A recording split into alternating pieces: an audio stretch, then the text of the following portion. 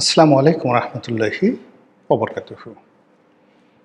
সম্মানিত দর্শক, ইরান এবং আমেরিকার যে যুদ্ধ, এটি আপাতত ২ সপ্তাহের জন্য বিরতি চলছে। এ যুদ্ধ বিশ্বযুদ্ধে রূপান্তরিত হবে। এ যুদ্ধে আমেরিকা হুমকি দিয়েছিল যে তারা পুরো ইরানের সভ্যতা তছনছ করে দেবে। এবং এই যুদ্ধ যখন শুরু হলো, সারা দুনিয়ার যারা এক্সপার্ট, ওয়ার এক্সপার্ট, তারা সবাই এক বাক্যে বলার চেষ্টা করছিল যে এটা একটা অসম যুদ্ধ। ২৪ ঘন্টার মধ্যে, বড়জোর ৪৮ ঘন্টার মধ্যে ইরান তছনছ হয়ে যাবে। ইরানের নেতৃত্ব ভেঙে পড়বে, সেনাবাহিনী ভেঙে পড়বে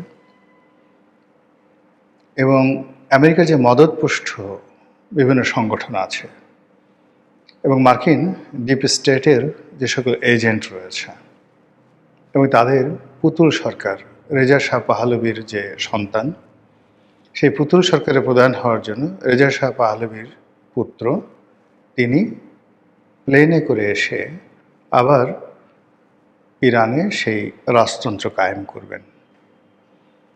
এগুলো নিয়ে যখন খুব বেশি কথাবার্তা হচ্ছিল, তখন সারা দুনিয়াতে যারা ইসলামপ্রেমী মানুষ, যারা চায় যে মুসলমানরা মাথা উঁচু করে দাঁড়িয়ে থাকুক, যারা মহান আল্লাহ রাব্বুল আলামিনকে ভালোবাসেন, তাদের অন্তর খান খান হয়ে যাচ্ছিল।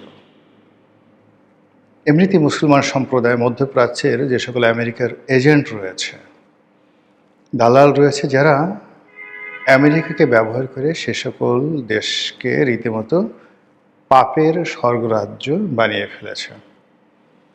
মুসলমানদের হক নষ্ট করে তারা নিজেদের বৃত্ত এবং বিলাস, সেই বৃত্ত এবং বিলাসের বৈভব তৈরি করে ফেলেছে সারা পৃথিবীব্যাপী।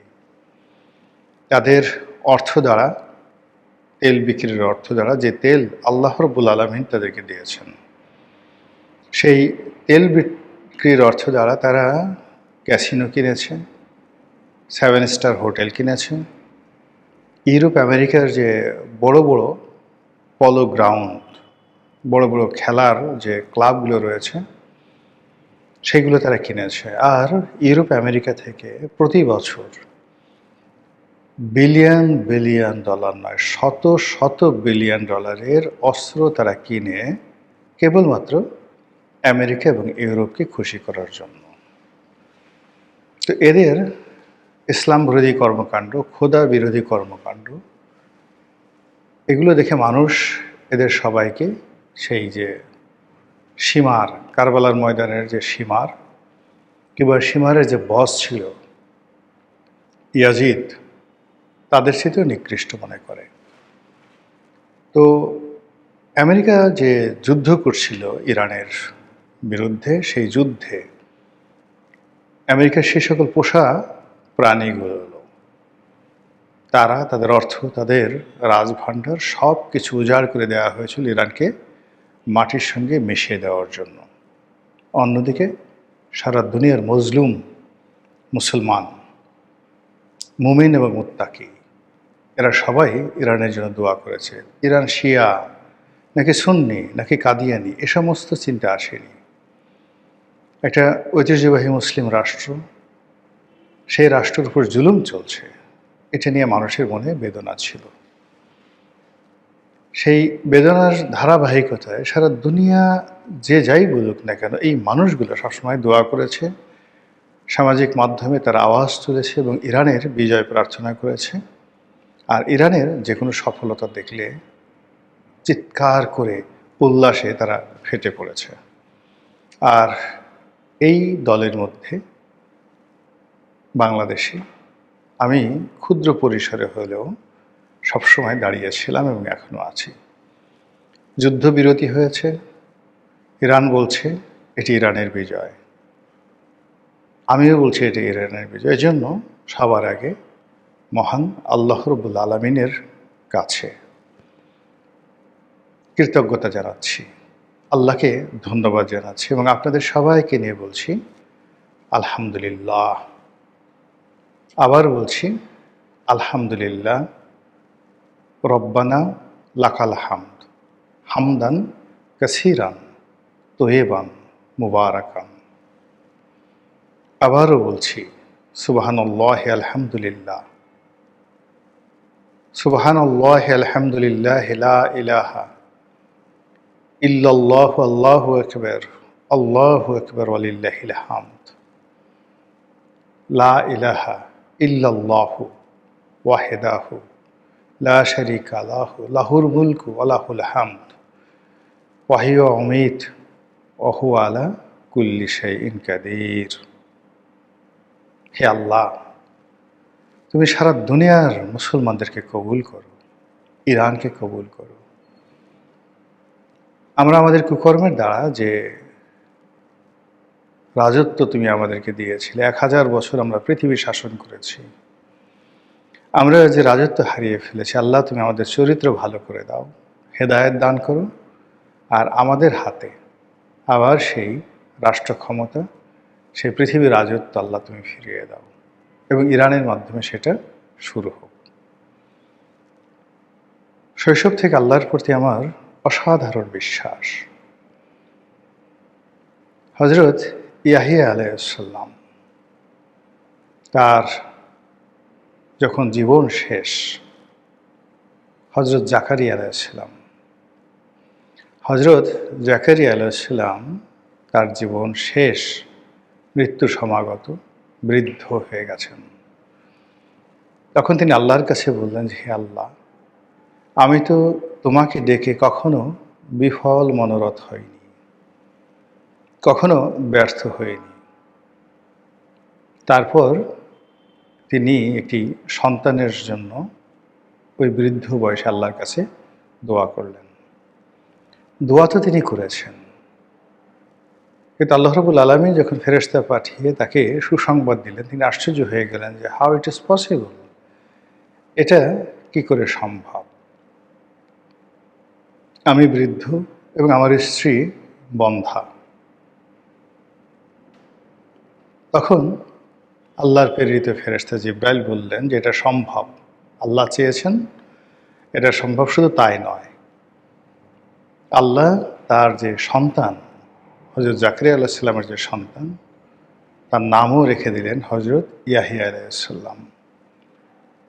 এটা ইতিহাস, এটা কোরআনের কথা, এটা পৃথিবীতে প্রতিষ্ঠিত যে আল্লাহর কুন ফায়াকুনের ক্ষমতা কত প্রবল।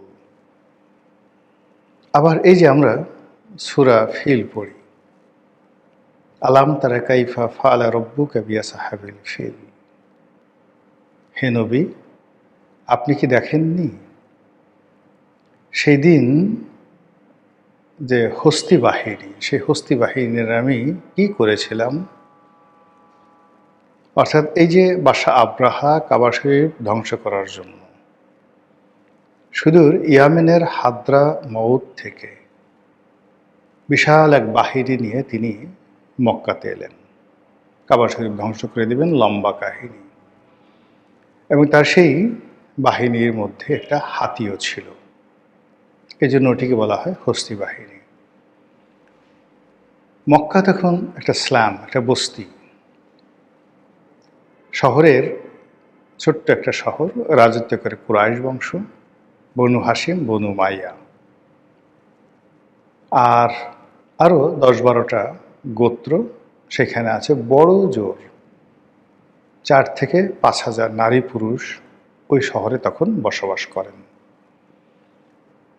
সেখান থেকে আরেকটু এগিয়ে তায়েফে কয়েকটি গোত্র আছেন, এরকম একটা এলাকা।